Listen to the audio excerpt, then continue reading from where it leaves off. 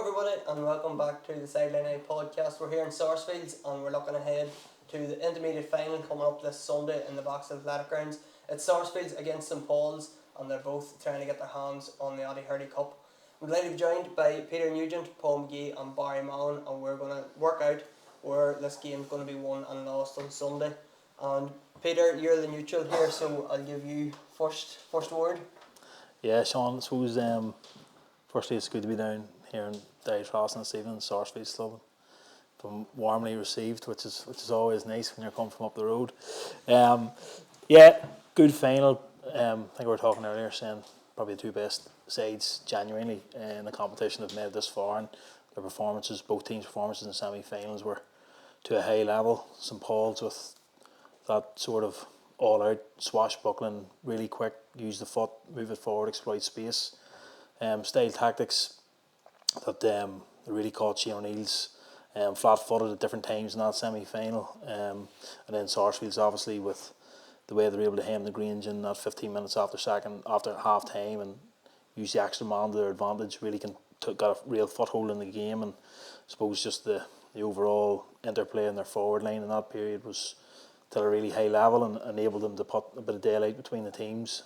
So yeah, very much looking forward to Sunday, because genuinely you feel you've two teams playing the game the right way, and at this stage really evenly matched as well. Paul, that semi-final performance against the Greens, that's probably as good as Sarsfields have played in the last couple of years, maybe certainly all year. Yeah, it's one of the better performances I've seen. And then obviously in the athletic grounds we haven't put up too many good performances in recent years, so they'd like to get that one under the belt. Probably the most impressive thing about it was just their pragmatism and how patient they were at times. They didn't get sort of sucked in, everyone trying to get on the scoreboard. They were patient, built up well, as Peter said, good sort of teamwork to get the points and get over the line, and made that extra man count really in either side of half time. And Barrie, St Paul's in another final, you are well used to the build up at this stage? Yes, another final, 5 out of the last 6 years. It's hard to believe, but we are getting there. That's the main thing, the main objective. We're there to win it. This year again, we've been there to win it the last few times as well, but it just didn't go our way. And fair play to the lads there. Them lads there have been going the last 5 years and been knocked back many a time, and they're still raring to go again. And hopefully this is our year, but it's going to be a tough challenge. Sarsfields, there's definitely nothing between the two teams. It's all going to be on the day. I know it's cliche like, but it could be a stroke of good luck, bad fortune for one team, anything like that, bad referee decision, just anything, simple margins, that's what it is like, you know. And Barrie, I know I was talking to Shane McCampbell after the semi-final, and he was making the point, obviously the last 4 finals, playing Clans and Cullyhanna, we see where Cullyhanna, they've both reached senior finals actually after coming up, so he was making the point they were probably senior teams still playing intermediate, so it was the Care Cruppen and the Shane O'Neill's games, they were the ones that were toughest to take really. Definitely the Shane O'Neill's one was definitely hard to take now. I can remember I was froze after the final. I still just, nobody could believe what had just happened. I don't even think Shane O'Neill's, realised, they were in shock themselves, but fair play to them. The game's never over till the final whistle, and that's goes for every game. Like you just have to keep going, and you just never know what's going to happen. And Paul, it's 15 years since Sarsfields last won the intermediate, and they've spent a lot of time in the senior division since then. But a good crop of that team still playing from 2010. There's the McGeones, I think the Stevensons, Tommy McLinn, all still there. Yeah, Tommy McLinn, two Magees, Brian Lavery still about the squad as well. Daggy Breen, there's still a right few there. Sort of know what it takes to get over the line on the day of a final. Hopefully I can bring a wee bit of experience through and pass it on to the younger lads on the day.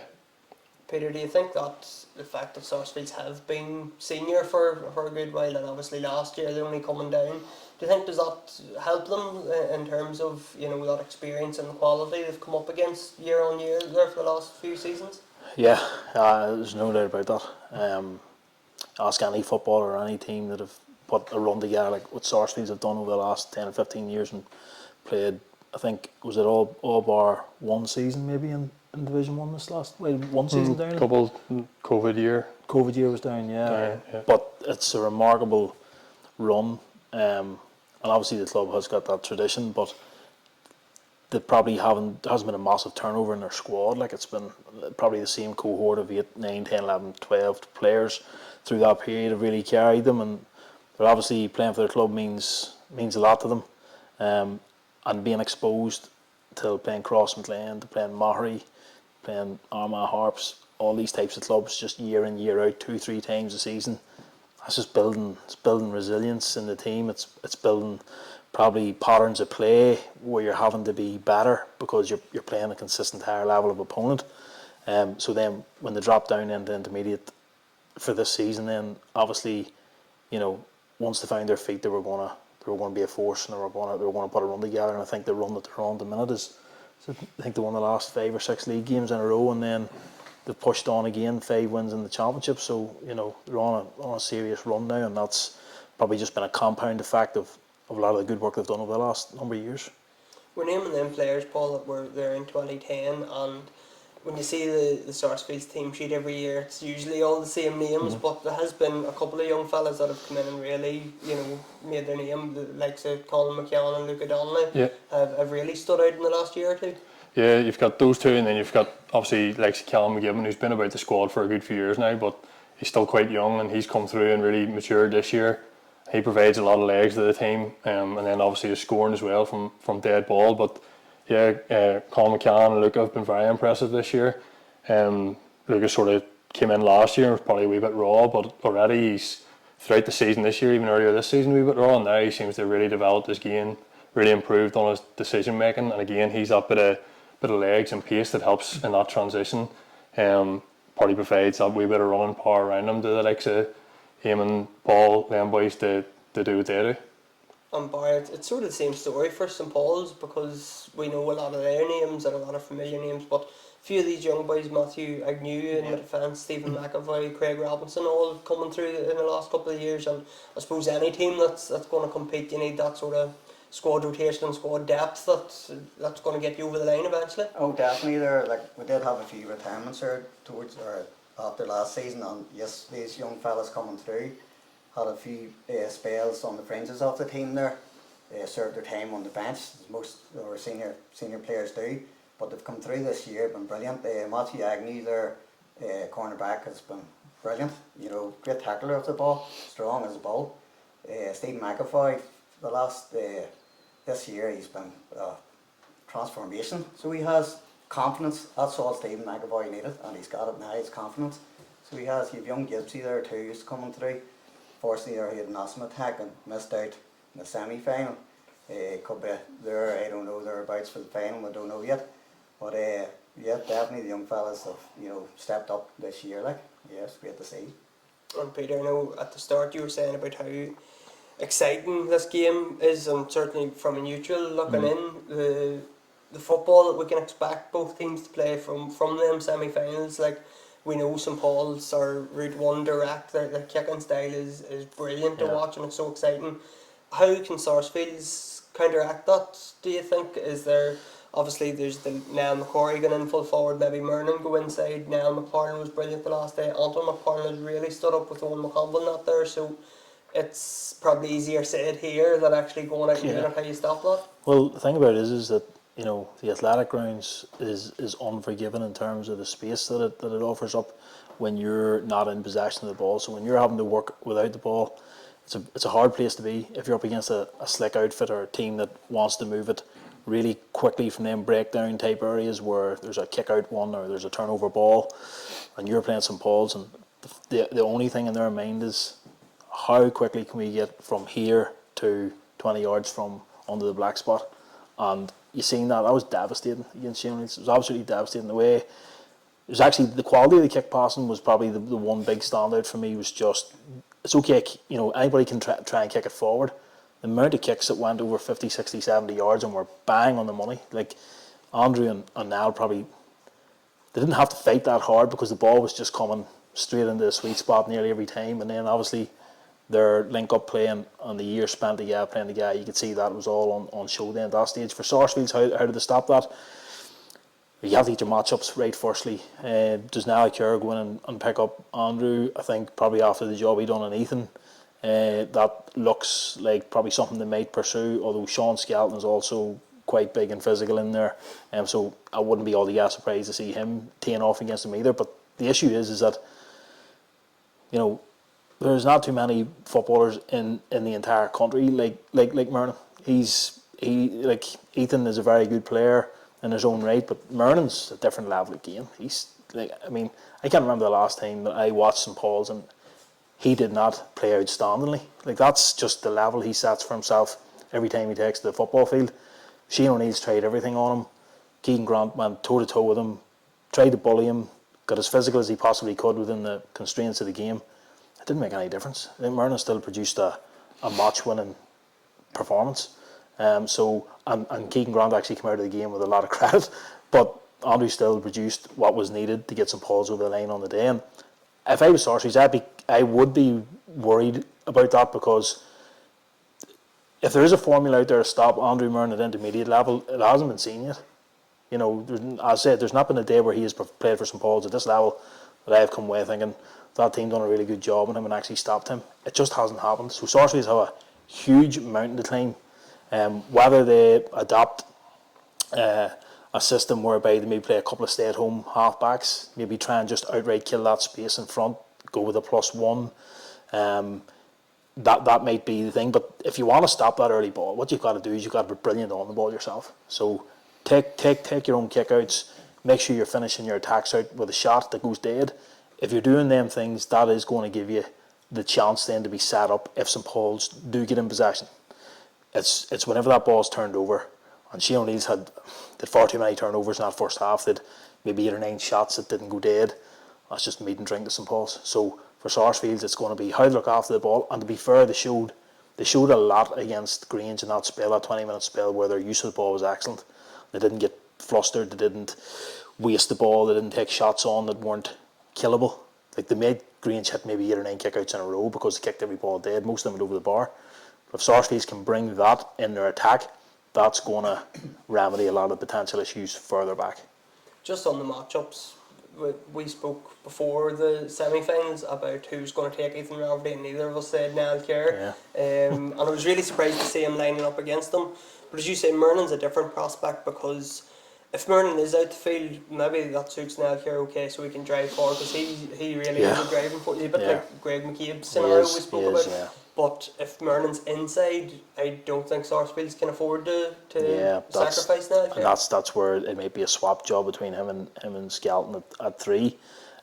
Paul maybe would have, I know he probably doesn't want to give away any potential insights to be fair to him, but he's maybe the better man to be quizzing on it in terms of, who maybe he thinks Sarsfields would have it would be best matched up, or has picked up Andrew in the past and maybe gone well, but to get over St Paul's, you're either going to have to get the better of Andrew, which is a massive order, or you're going to have to hope that you can do as best as you can to kind of break even on him and get some joy off him, because if he gets that supply, it's going to be tough.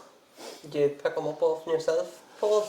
Back in the day, maybe once or twice picked them up, but not in the form he's in now. I think the main thing with Andy is sort of regardless of your matchups, if he's not having any joy in full forward, he's the ability to drift out the midfield and try and win the ball. If he's not winning the ball there, he can drop deep and carry it up the field. So I think the main thing is that whoever's tasked with picking him up just keeps concentrating on the next ball, because he might get the better of him for 14 or 15 times, but it's that 1 out of 15 that could be the difference at the end of the match. And it's really a team effort in trying to stop him. As Peter said, I think the main thing Sarsfields are doing to try and stop Andy is playing the game on their terms and trying to control the pace and tempo of the game. And that's sort of letting St Paul's play that quick transition game where they're getting it up to Andy when the defence is exposed. I think that's the best way for them to play it. But I won't speculate on any matchups. I don't really know what way it'll go. As you say, if you put Niall Kerr back in there, you're losing a wee bit of a drive forward as well. But I imagine it would be some combination. It's not going to be one boy maybe for the whole match, and it's going to take 2 or 3 boys at times.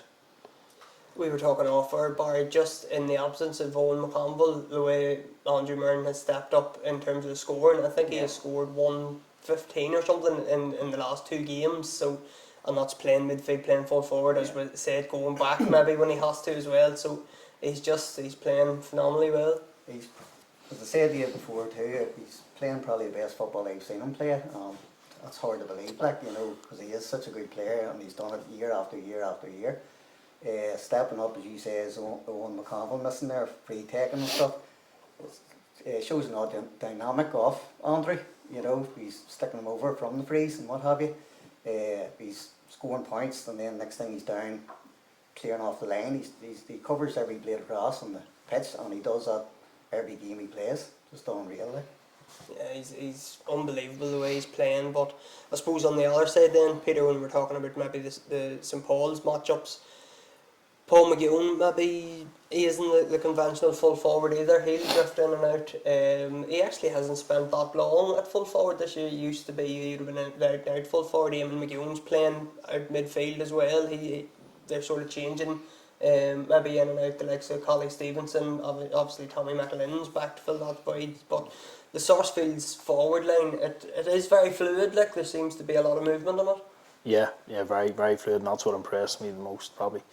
The last day was just the fluidity in their movement, the rotation, keeping enough bodies in close to the goals. They're always pinning defenders back and creating space that wee bit further out. Collie Stevenson in there is just a bit of a nightmare, I'm sure, to try and pin down, because his movement's that sharp and that acute. Tommy McAlynn doesn't really have anything to prove at this stage either, you know, so we can see him coming back. Then they're bringing, like, if an intermediate team is bringing on Kevin McAlynn and bringing on Michael Stevenson off the bench, that's a prospect for anyone, because them two lads probably get their place in every other team in intermediate football. So kind of shows you the depth that Sarsfields have to pick from in their forward division. With Paul, like, Paul's probably averaging maybe between 1-4 and 1-6 a game for Sarsfields, and has done for 10 years, but never raises any eyebrows. Like, he just goes about his business, kicks his scores, you know, and he's about as consistent a player as there's been probably in North Armagh in terms of kicking scores over that period of time. So they do have that option to move Eamon into 14. Don't seem to be really utilising it at the minute, but it's some weapon to have in your locker for the last 10 minutes if the game's going the wrong way. You know, and so I'm sure when Shane's sitting down to think about what Sarsfields will be bringing to the table, he will know that, and he'll be planning for it. He knows him well enough, but he will be planning for it. And it just, that sort of variability and the ability to change things up for Sarsfields, where they've got all them different types of profiles of player up there, makes them hard to really pin down. The Paul McGeown performance the last day, Paul, he was good, don't get me wrong, but he scored 1-8, and I was coming away counting, going, I didn't realise he had played that well, you know, scoring 1-8, but as Peter says, he's putting up these tallies. I think he's the highest scorer in the Intermediate Championship this year by a distance, I think, too. So he's, as I said, he's not really playing the conventional full forward, but he's the go-to man up there. Yeah, he's sort of body, that's who you want on the end of your shots when you're talking about getting the ball to the shooters. Paul's always up there, top of the list, but I suppose a lot of that's as well, if you're sort of saying you maybe didn't notice him as much in the game, but he came away with big scores, probably a credit to the work the other boys are doing on the pitch, getting up and down, and then just feeding him the ball in the right area for him to clip it over the bar, stick it in the net, and keep the scoreboard chipping away.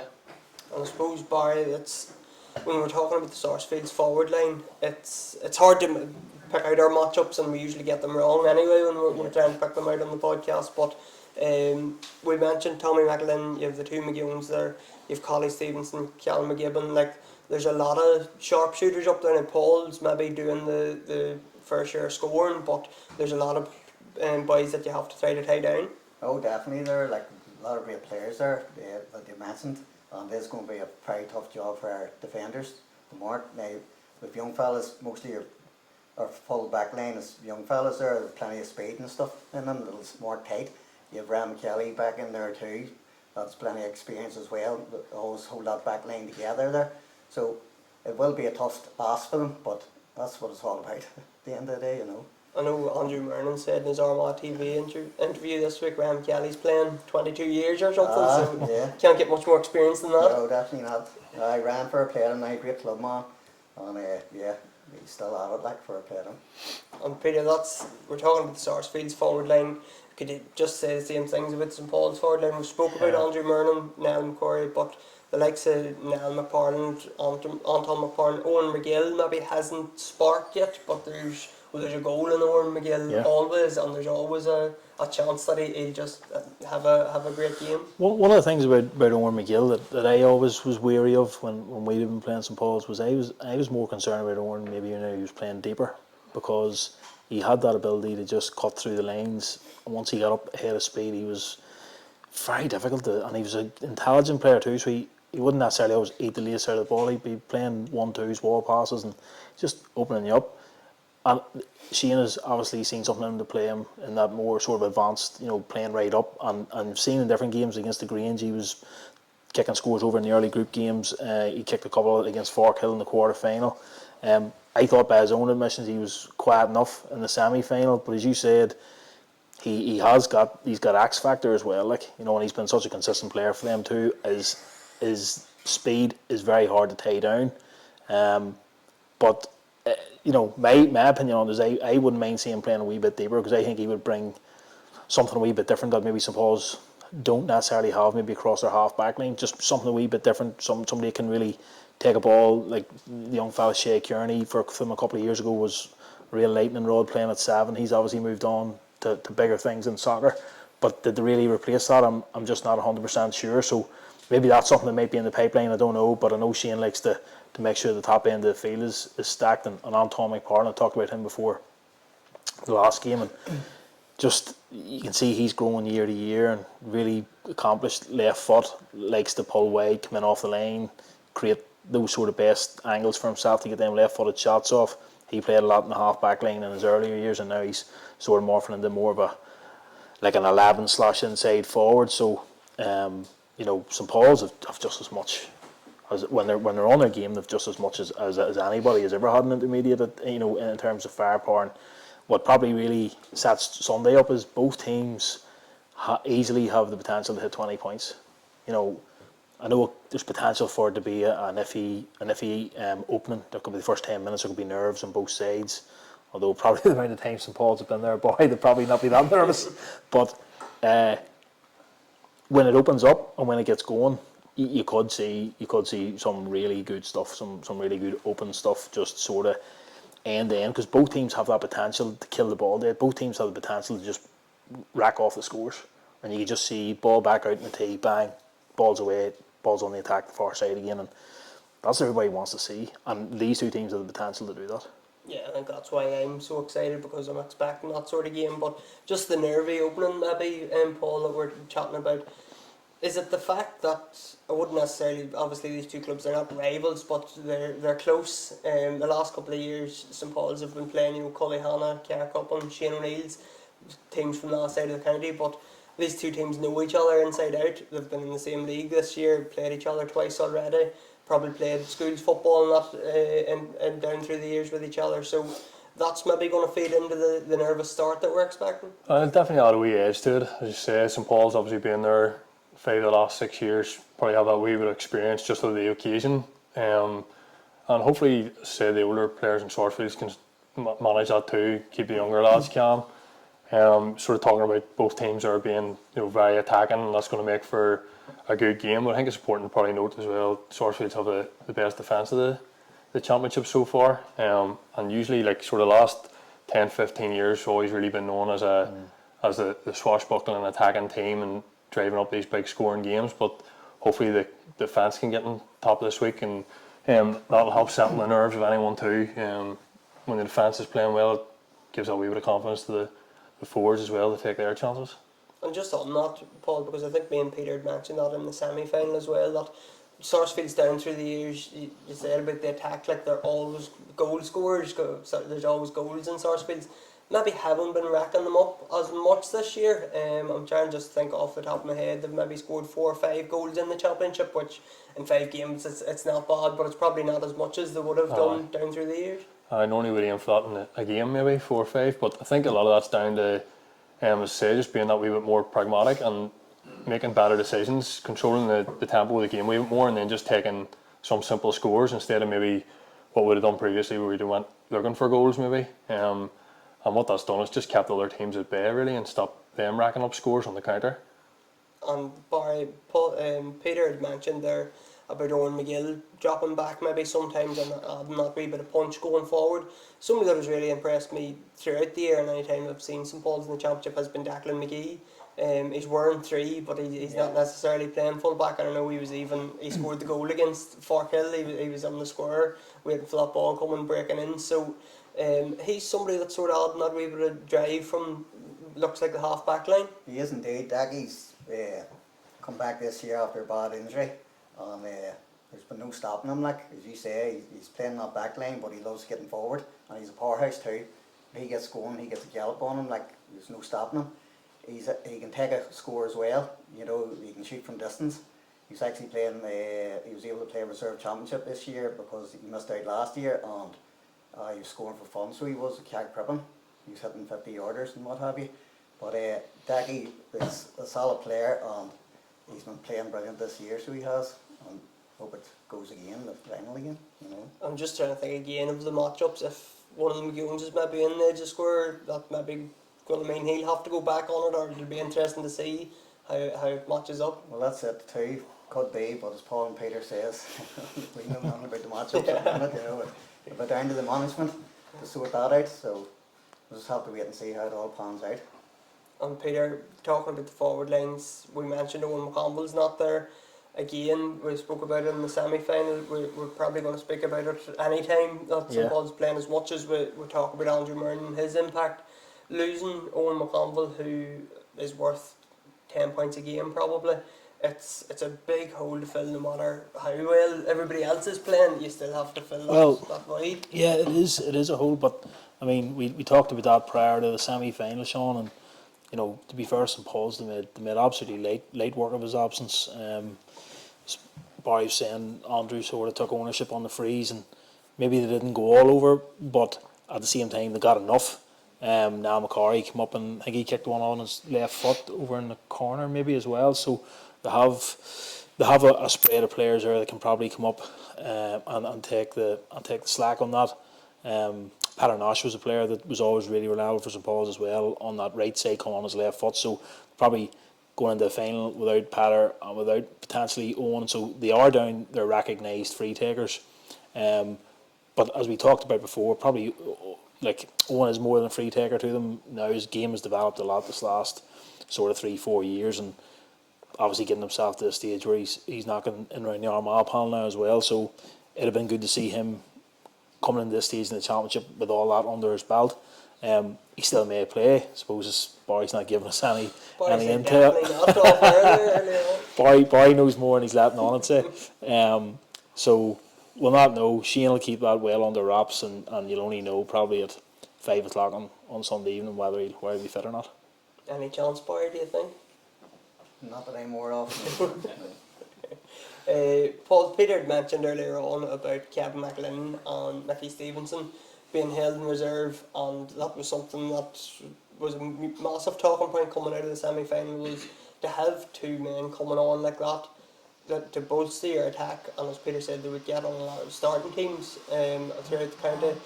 How huge are the substitutes? How big is the bench going to be this weekend when that last 10-15 minutes comes? It could definitely be the difference maker, and I think as well as that is by keeping those two boys back on the bench, it really provides a balance in that starting team as well.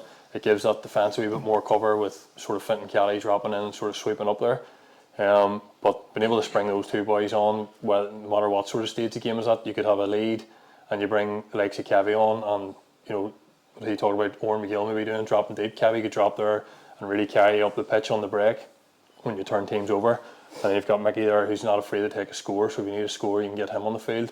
And then there's other boys there too who can step in, like Sean McLennan's coming off the bench too. Again, he's good enough to start in most intermediate teams, and the bench is strong. There's good depth there. I say that could be the difference maker if it's tight. Those boys are, even though they're on the bench, are full of confidence and they'll not be afraid to take a shot on if they have to late in the game, whether it's a 1-pointer or a 2-pointer. They'll have the confidence to go for it and take it on. And Barry, how's St Paul's bench looking? If perhaps Owen McConville we'll have to wait to see on Sunday, but you have the likes of Aaron Rodgers coming in off the bench and players like that for St Paul's. So Is this where this game could be won and lost to the subs bench? I'm not too sure about that, to be honest with you. Now, you do have the likes of Raj, as you say, and then you've Rui Grimes there, who's a big player there to come in off the bench. Young Sean Toman as well can do damage in there, but we wouldn't have a big depth of a bench now. A lot of young fellas are just come up from minor. They're still maybe a bit raw yet, you know. Apart from the young Gypsy, as I mentioned earlier, I'm not too sure what way he is fixed after the asthma attack, but he would be a great player to bring on if he's fit, you know, a bit of excitement in the forward line there. So we would, but we'll just have to wait and see. Say we wouldn't have a big depth on the bench, to be honest, you know. And I'll ask you this, Peter, because I think you've been up against him on the line. Is Shane McConville the factor of him? And obviously he was over St Paul's the last time they won the championship. He was over them in the Shane O'Neill's final as well, I think, where they were seconds away from winning it. So he's won the senior championship with Barrie. There's an X factor about Shane. There's something about him. He's a winner. How big of a factor is he going to be this weekend, do you think? And obviously you mentioned he knows Eamon well. He's Eamon's father-in-law, so he has a good insight into Sarsfields as well. I don't think Shane would have been falling over himself to get talking to him this last 2 weeks. I can give you that for nothing. Shane's a very very special coach and manager. You just have to talk to any of St Paul's boys, and them boys, like St Paul's boy probably backing up on this, but the St Paul's players Shane's probably their kryptonite. You know, whoever else has come in or been in and around it, nobody ever makes the impression that Shane has made them lads, and they would run through block walls for Shane 8 days a week. No doubt about it. He has them out training 4, maybe 5 times a week if you believe all you hear. You know, their commitment to him, as much as their commitment to their club, is very unique, and that 100% will have a huge say on Sunday, because that emotional, probably maybe emotional sentiment or attachment to their manager, who is Mr. St Paul's really.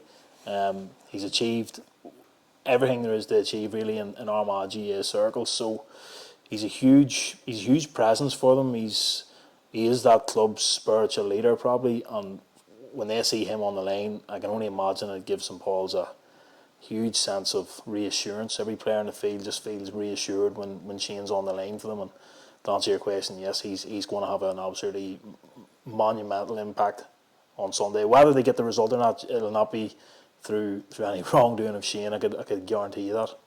Barry, tell us a wee bit about him. Obviously, you played the last time St Paul's won the championship, and he was the manager. So, what is it about him? What's he like in the changing rooms and on the training field and everything else? Just as like what Peter said there, like you'd run through a brick wall for him. He just has that motivation. He's a man on man. You know, he have an arm around you if you needed it, whatever. Give you a kick up the ass if you needed it.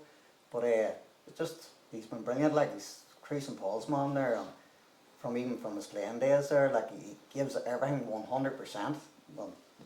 There's nothing that he doesn't cover. You know, I'm sure he's worked everything out for the final at the best of his ability. You know, he also has Jerry Hadley there beside him, who took us to the final last year as well. Jerry's a great club man as well, and backroom staff there as well, a few boys. Kerry McConville and Dor and Magee and stuff, you know, so good bunch of lads there. But Shane, yes, in my opinion, he's the best coach out there. Yeah, it seems that way. It feels like that every time he's over a team, that they instantly improve or they start doing well. But the Sarsfields management team as well, Paul, second in Division 2A and a championship final in their first year, so they deserve massive credit as well. Yeah, definitely. And again, sort of maybe what we're missing for a few years was like more of a backroom team in with the management supporting them, and they've really put that in place this year. And I sort of think they've struck a nice balance there between obviously the good tough training and getting the team right on the field, and what they've done with them off the field too, in terms of the camaraderie and getting the boys together. They've sort of handled that side of things too, and I think that can go a long way when you reach these stages of a season into the autumn with their months. It can count for a lot. And Barry, I'll come back to you just on how much this championship would mean to St Paul's. Obviously, they've been knocking on the door so much the last couple of years, been so close the last couple of years. So if they do happen to get over the line on Sunday, and I don't want your prediction yet whether they will or not, but what would it mean to the club? It would mean about nobody working all next week. That's hard anyway. But no, that would mean everything. Like it's more for these boys, this group of fellas that have been pushing it the last 6 years. You know, just the commitment they've put in year after year after year. But it's not a given just because we've got the 5 finals doesn't mean we're going to win this one. Like Sarsfields aren't thinking this way. Oh, sure, we'll give it to St Paul's. No way. They want their hands on the trophy too. So that's life. That's, and especially sport. You know, you just don't be given it because of things like this. You have to keep working for it, and it might just take a wee rub of green that we haven't had in these last few years. Just hopefully we get over the line, and that's all we can do. Is there any sentiment in St Paul's at all, Paul? No, definitely not. No mercy on them at all. No, you just have to get out there and win it. It's big for this club too. You know, good hype about the place already. You know, last weekend there's a thing up at the school today, and it's good to see everyone getting involved. You know, a lot of youngsters running about that wouldn't even have been about for the 2010 intermediate. So it's all new to them too. So just hopefully the boys can get over the line. We're talking, Barrie mentioned there, Peter, about the wee bit of luck. Is that it's final margins? That's what could decide it here. It looks massive, Sean. When you get down to the fine margins, which this game is likely to go to, it's 10 minutes to go. You can see this being somewhere between a 0 and 3 point game either way. As we've seen probably over the last couple of weeks, refereeing decisions in them final 10 minutes have been massive in terms of momentum. You know, across the senior and the intermediate semi-finals, the wee momentum swings that teams are getting just at the right moment, and that doesn't always look like a last second free to win a game. But you know, when you take it all into consideration, there's so many variables. Referees have a big part to play in any of these games, massive part to play, and you know both teams will be looking for a wee bit of leeway. They're looking for a wee bit of protection for their better players up at the top end of the field, of course. But it probably suit both teams for it to be a more open game, especially in the early going. Let a wee bit go. Let both teams run out the nervous energy. Let a few contacts go around the middle. Keep the game moving, and then eventually things should even out and game falls into a nice pattern. Then, but you're going to get a lot of that, and that's what you're hoping for at least.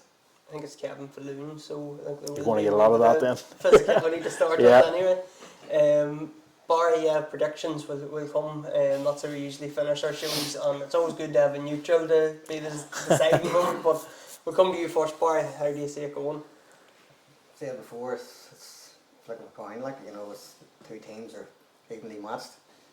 It could just come down to that. Maybe one mistake, one bit of luck. You know, well, neutrals will have a great game to watch anyway, put it that way, whereas it's going to be heart and mouth material like, as usual, but obviously I had to go for my own club. Paul, same? Yeah, no, it's going to be a close game. I think when it comes down to it and the stats are in at the end of the game, wouldn't be surprised if both teams had the same or very similar scoring opportunities, and it's just which team has the higher conversion rate of the two. But no, I'd be confident in the lads getting the job done. I think they've had a hard route to the final, and I think they've managed it really well. Especially that last performance against the Greens just showed real sort of level of maturity and discipline that maybe we've not always had, and I think that might be the difference. 1-1, Peter. Who's going to win it? Hope you're voting as well. Go for the sausage. I was going to say, whoever I predict here, the other club's going to be dancing tonight. I think that if I was in St Paul's camp, I would be looking at the way Sarsfields started the semi-final. They were a wee bit anxious, probably maybe the record in the athletic grounds and things like that, maybe not been around championship semi-finals. It looked like it was playing up in them a wee bit, and Grange definitely got good joy early on. They put a lot of high balls in, and knowing the way Shane sets St Paul's up, the Sarsfields are going to get a lot of that. They're going to get a lot of that early on. If I would nearly be very confident in that happening. They'll be looking to test out McCardle and Nats, given he doesn't do great with the first one that comes in the semi-final. Then subsequently a couple of kickouts go awry. Now St Paul's will be targeting that because they'll want to get off to the best start they can get off to. They want to put Sarsfields under pressure. They want to hem them in on kickouts. They want to create a real energy and an atmosphere about that. That would be best case for St Paul's. Where I think St Paul's have a problem is Sarsfields are just going to be better than Shane O'Neill's were at the top end of the field. Shane O'Neill's left a lot behind them. They wasted a lot of chances in the first half, especially when they had a fair bit of ball, but some good pressure, but also some wastefulness. And I also think when you weigh it up and you look at, I was really, like I had sort of written off Sarsfield's chances around the middle against the Grange prior to that game, and then you see how they performed, and the likes of McCann coming on really earning the stripes, stepping up beside him and around the middle, Paul Magee. You know, Sarsfields have a lot of smarts, they have a lot of miles under their legs, but it's good miles if, you know, when you're bringing that level of game intelligence to it, which they showed when the cracks started to appear with the Grange. That was it, game over. Sarsfields just took it away from them very quickly. Like Paul talked about, if Sarsfields can keep the tempo of the game where they want it, and they can kill the ball dead, I think allied to the real quality. Now Sarsfields have got some class acts to come in off the bench, not just like good players, but they've got genuine. Sean McAllen again would get in any intermediate team. There's no doubt about that. He's been a class act for Sarsfields for years. If Sarsfields can control the tempo, use the ball really well, maybe starve St Paul's of the ball for periods, keep them occupied at the back, rotation in their forward line, but crucially win enough on their own kickouts, because will be spells whenever St Paul's will definitely hem them in and get on top because they've got too much quality not to. But if Sarsfields can keep the chaos out of the game for long enough, it might be enough just to ease them over the line, I think. I'll go with St Paul's then, just to keep everybody happy. So a draw, that's what we're predicting. No, great. Thanks lads for coming on. Thanks to Peter, Paul and to Barrie for all their thoughts. Hopefully the game's as exciting as we've made it out to be. We're certainly all looking forward to it. We'll be right across it as usual.